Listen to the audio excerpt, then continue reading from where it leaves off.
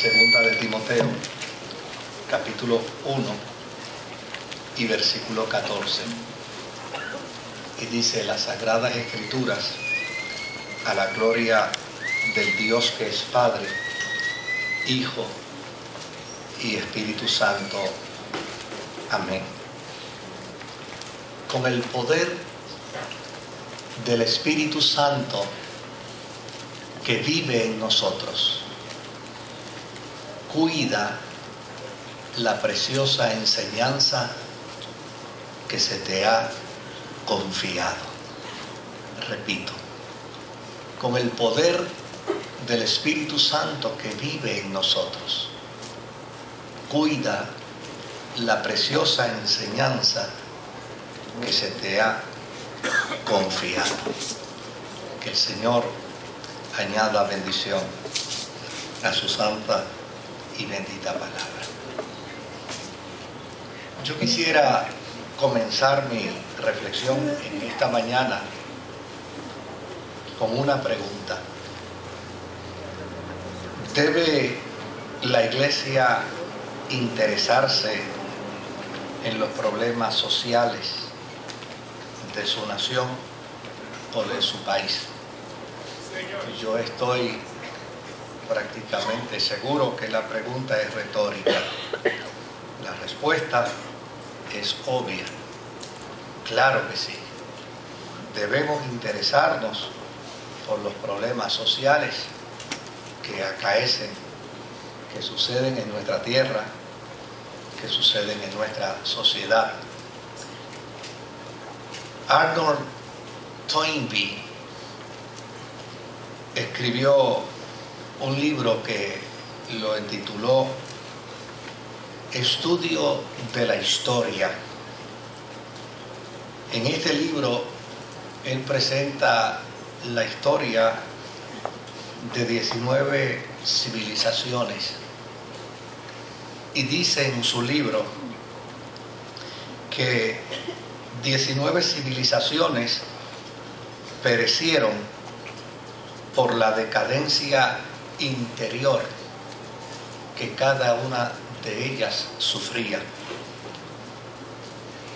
que no perecieron por las conquistas de otros pueblos, sino más bien se autodestruyeron como resultado de la decadencia moral que en su interior estaban sufriendo. El doctor Joseph Daniel Owen escribe un libro que titula Sexo y Cultura y analiza 80 ciudades y 16 civilizaciones en 4000 años, y concluye en su libro diciendo lo siguiente: cuando una sociedad escoge la promiscuidad sexual, decae. Cuando escoge la disciplina sexual, prospera.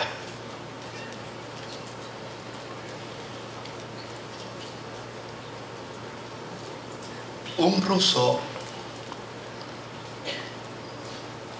llamado el doctor Piotr Sorokin, escribiendo su libro La Revolución Sexual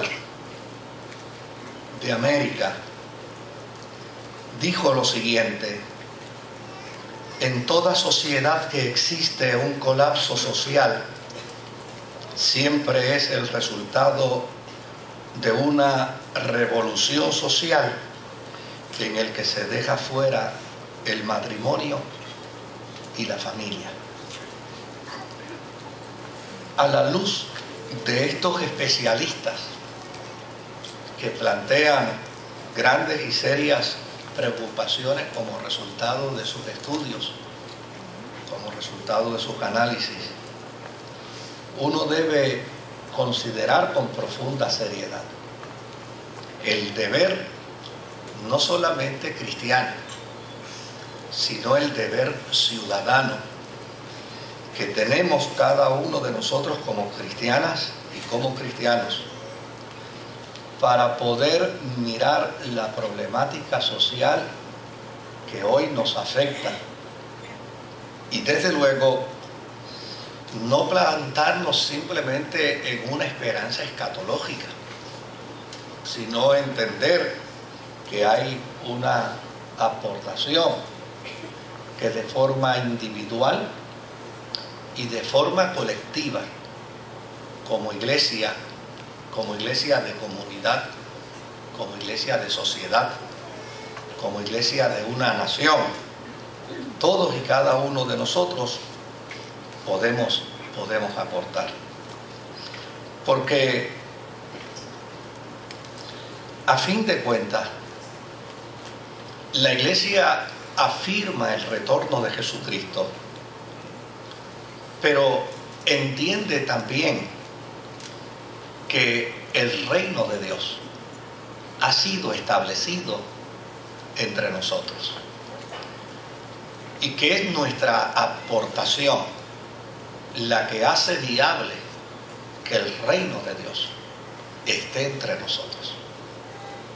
O sea, la iglesia no puede simplemente mirar hacia lo escatológico y cruzarse de brazos para decir: las cosas están malas, las cosas están difíciles, el mundo está al revés, el mundo está de mal en peor, y cruzarnos de brazos simplemente para decir: lo que nos resta es que el Señor venga.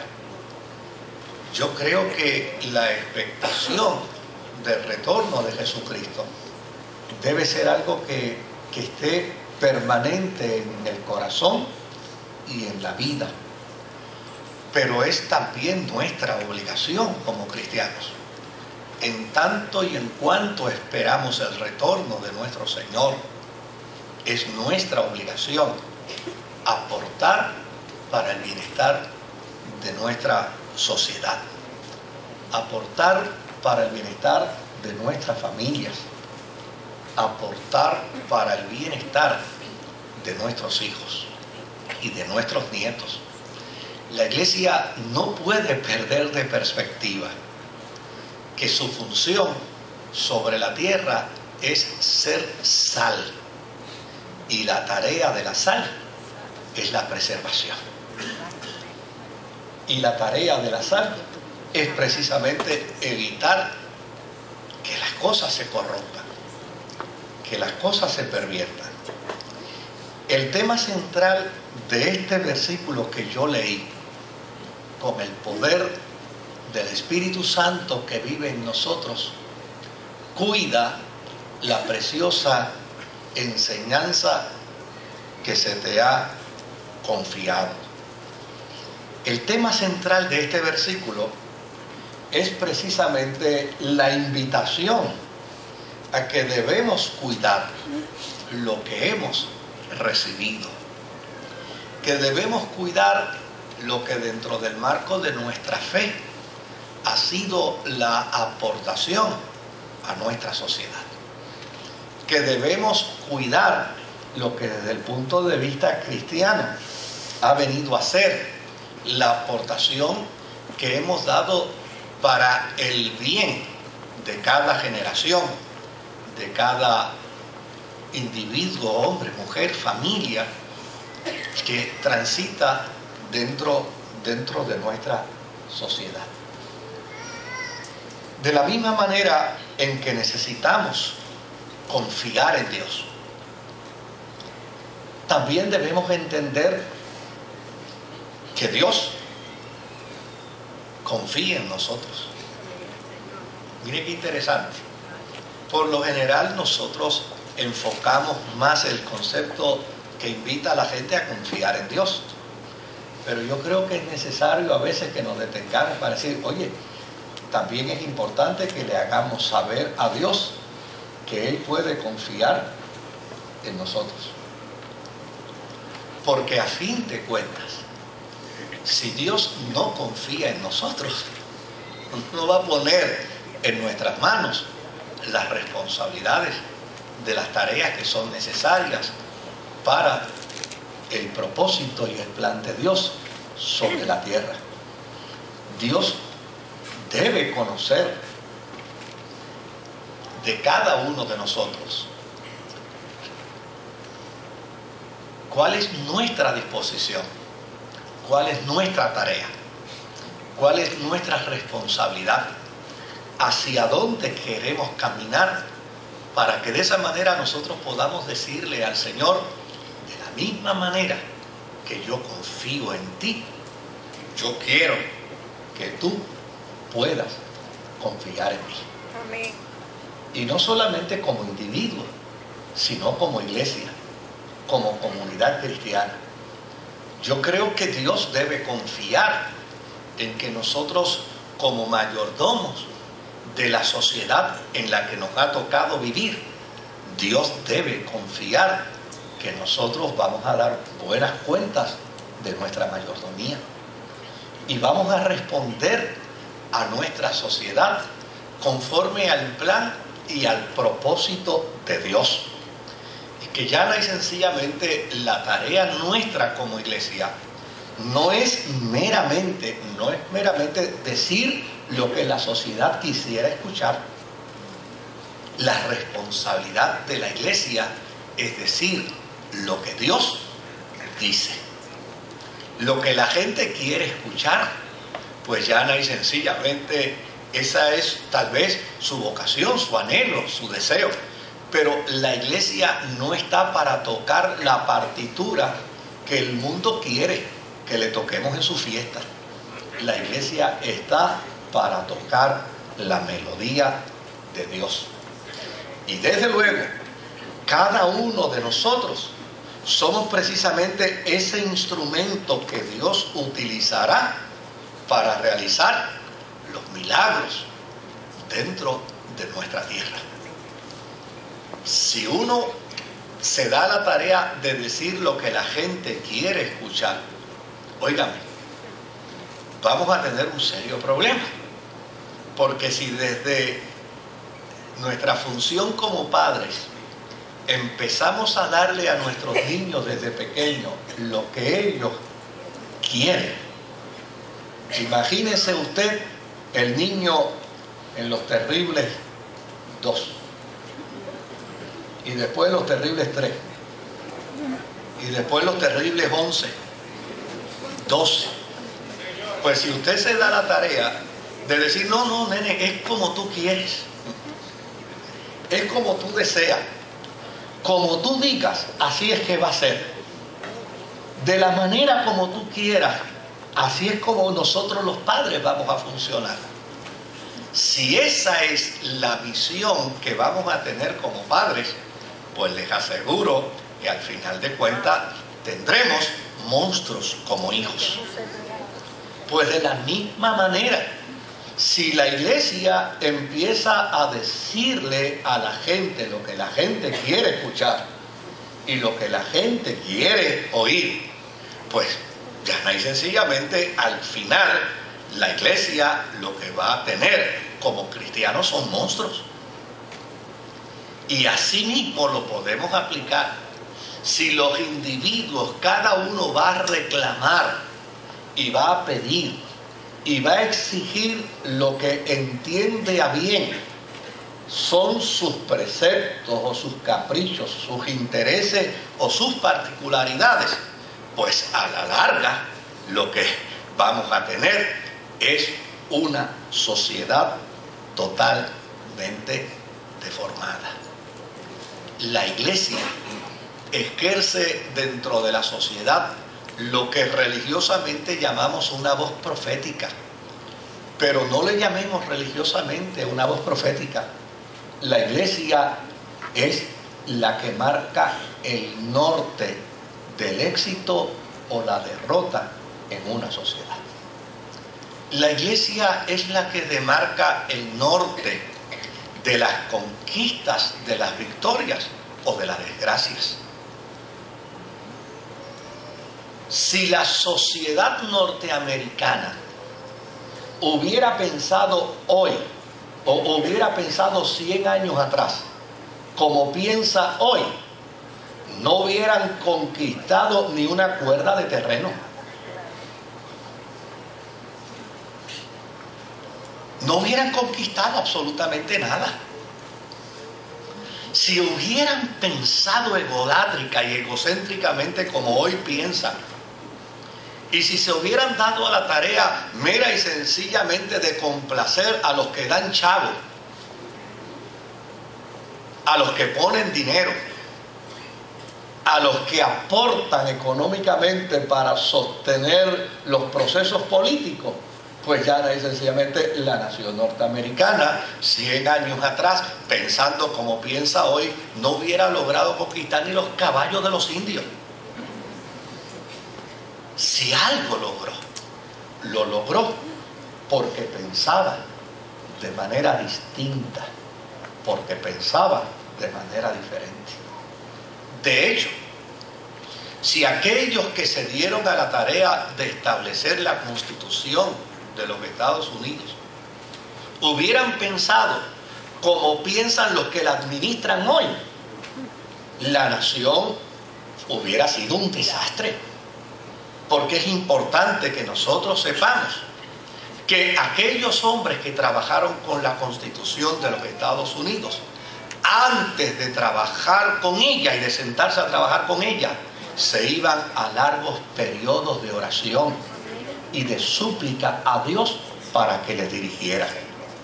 Es interesante que en días pasados, sucedió en los Estados Unidos una experiencia, óigame, dolorosa por demás.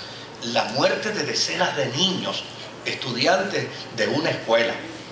Y desde luego, después que esa desgracia aconteció, se le ocurrió a alguien hacer un comentario público y decir: ¿dónde estaba Dios?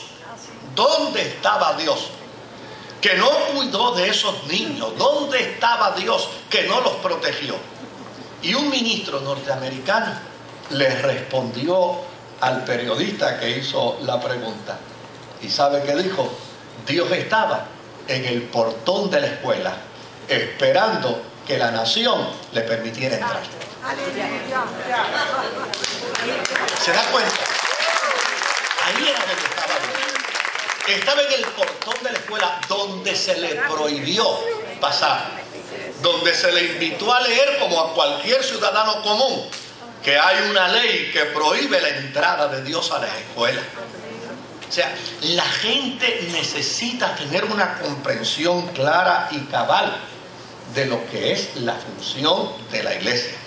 Pero a fin de cuentas, hermanos, si el mundo no quiere conocer cuán importante es la conciencia de la iglesia en medio de una sociedad, entonces vamos a conocerla nosotros. Y vamos a impartirla nosotros. Mire, Timoteo era el obispo a cargo de Éfeso y el Asia Menor. Su mayor responsabilidad era cumplir con sus responsabilidades pastorales. Era enseñar a los fieles a considerarse hombres y mujeres cuya conducta de vida en la casa de Dios tenía que ser de altura. Y desde luego, la responsabilidad que le había asignado la iglesia a Timoteo era establecer la conducta de la iglesia ante los retos de la sociedad. Es decir, la iglesia puede aplaudir al gobierno y la iglesia puede censurar al gobierno. ¿Cuándo lo va a aplaudir? Cuando todo lo que haga, cuando todo lo que el gobierno haga vaya en beneficio ¿de quién? Del pobre, del menesteroso, del necesitado. Cuando sean leyes justas, cuando sean leyes íntegras. La iglesia, mire, no tiene que mirar el color, no tiene que mirar el partido político. Cuando un hombre o una mujer en el gobierno haga una acción de bien, me parece que es moralmente responsabilidad de la iglesia aplaudir esa acción.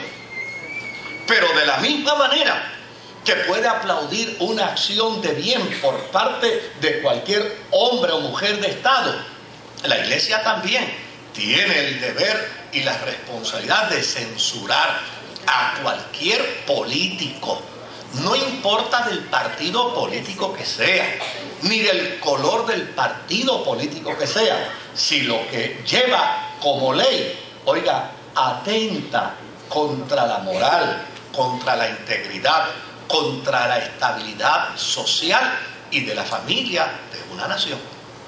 Y a la iglesia no tiene que temblarle el pulso para eso. Ni tenemos que tener preocupación por pensar, oye, no debo decir nada porque quien está haciendo eso es mi partido político. O no debo decir nada porque el que está haciendo eso es el representante de mi distrito al quien yo le di mi apoyo. No, querido. Yo creo que la iglesia debe entender con perfecta claridad lo que el apóstol San Pablo le dijo a la comunidad de los romanos. Mire, toda alma debe sujetarse a las autoridades superiores. Y toda alma debe entender que los gobiernos pueden ejercer funciones de ministros de Dios para castigar al que hace lo malo. Pero cuando lo que se hace no responde a lo que es de fe, la iglesia tiene el deber y tiene la responsabilidad de establecer la conducta ante los retos de la sociedad. Desde luego, para ello tenía Timoteo que hacer que la fe fuera pura. Tenía que evitar que ideas engañosas y falsas entraran a la iglesia.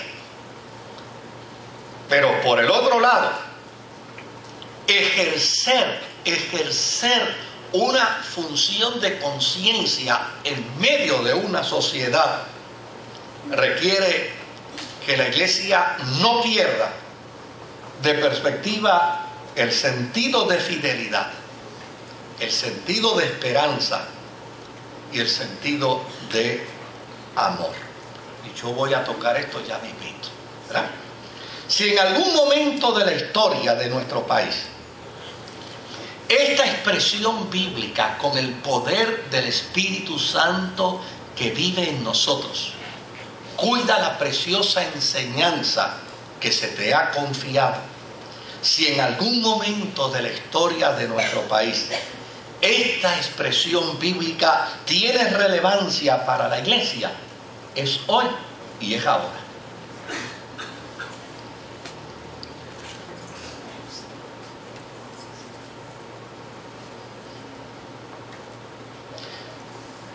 Cuidar el legado de la iglesia es deber inescapable de todos los cristianos.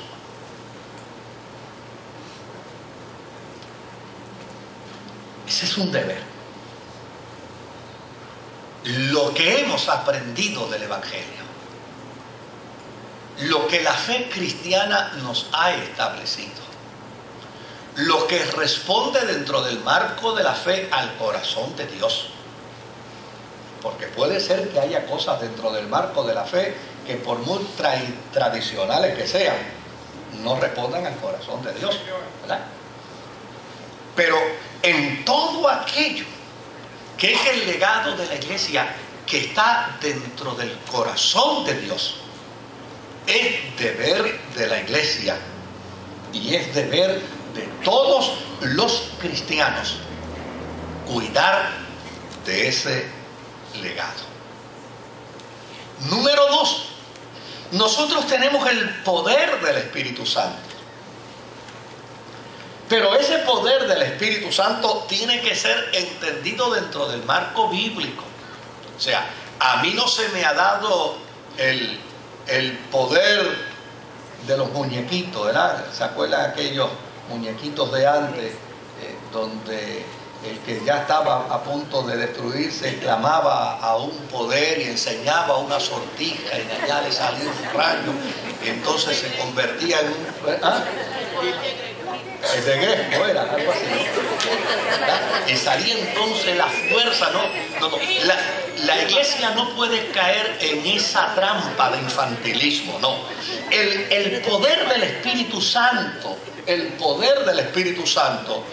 no tiene como función ni tiene como intención hacer de los individuos revolucionarios hostiles, ni hacer de un pueblo cristiano un partido político, ni tampoco tiene el propósito y la intención, el poder del Espíritu Santo de lograr coaliciones de religiosos para poner y para quitar gente en el gobierno. Esa no debe ser jamás la función de la iglesia. Tenemos el poder del Espíritu Santo y debemos evidenciar ese poder con un sentimiento armonioso de paz y de esperanza, confiados en que Dios tiene todo bajo su control. Y me explico. Fíjese que hasta ahora yo he venido diciendo que es mi responsabilidad, con el poder del Espíritu Santo, cuidar la enseñanza que se me ha confiado. Esa es mi responsabilidad. Ahora bien, pero si pretendiendo cuidarla no lo logro, voy a ser como los políticos que cuando no logran por los votos bajar a un gobierno, entonces se van a los montes para declarar la fuerza subversiva. No. Voy a ser como los movimientos de Latinoamérica que cuando llana y sencillamente no logran por el sufragio electoral derrocar a un gobierno, entonces empiezan a nombrar organizaciones por siglas para anunciarle al pueblo que ahora se van a las armas para procurar derrocar al gobierno. No, querido. Llana y sencillamente lo que esto quiere decir es que yo tengo una responsabilidad. Mi responsabilidad es velar, cuidar la enseñanza que como representante de la iglesia me ha sido legada. Esa es mi función y yo creo que la debo cumplir al pie de la letra. Pero ¿y si lo que yo estoy tratando de preservar no se logra? Bueno, pues si no se logra, pues ya necesariamente no se logró.